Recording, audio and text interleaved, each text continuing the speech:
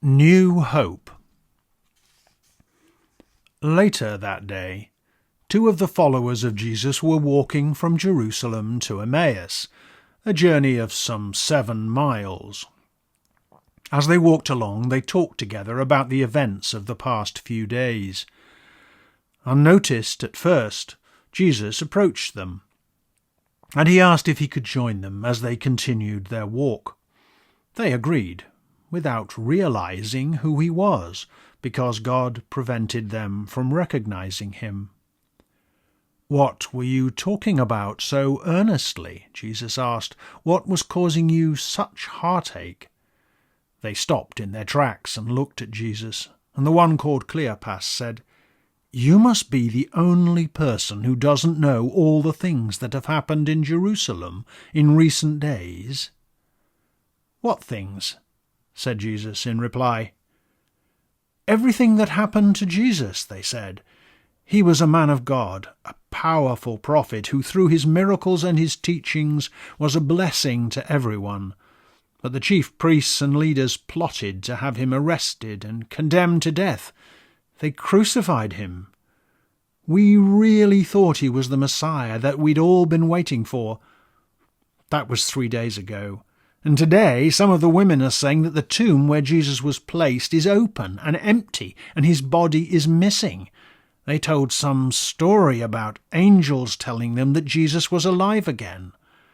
Others have been to check the tomb, and it is indeed empty, but there is no sign of Jesus anywhere." "You still don't understand, do you?" Jesus said. "Why are you so slow to believe what the Scriptures have been telling you all along? Don't you know that everything the prophets spoke of has to take place, and the Messiah has to suffer before he enters his glory?" And then, starting with the book of Moses and going through each of the prophets, Jesus explained everything which spoke of himself in the Scriptures. By the end of the day, they had reached the outskirts of Emmaus, where Cleopas and his companion were stopping. Jesus indicated he would be going further, but they begged him to stay and have supper with them, as the daylight was fading. After hesitating for a moment, Jesus agreed to stay. At the supper table, Jesus sat with the 2 men, and taking the bread he blessed and broke it, and handed it to each of them. And in that very moment it was as if their eyes were opened for the first time, and they recognized who he was, even as Jesus vanished from their sight. "No wonder our hearts were full to bursting as he explained all about the Scriptures," they said.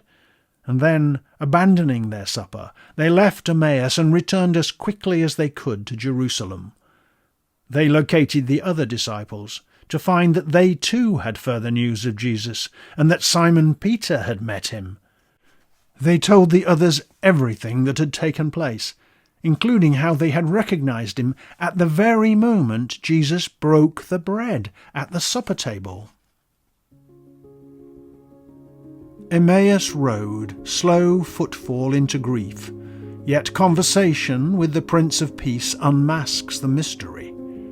Prophecies and history distilled, salvation's arc of time revealed, in hearts ablaze with new-found hope, yet Godhead still concealed. And so to supper, broken bread, new symbol of his covenant, the risen Christ unveiled.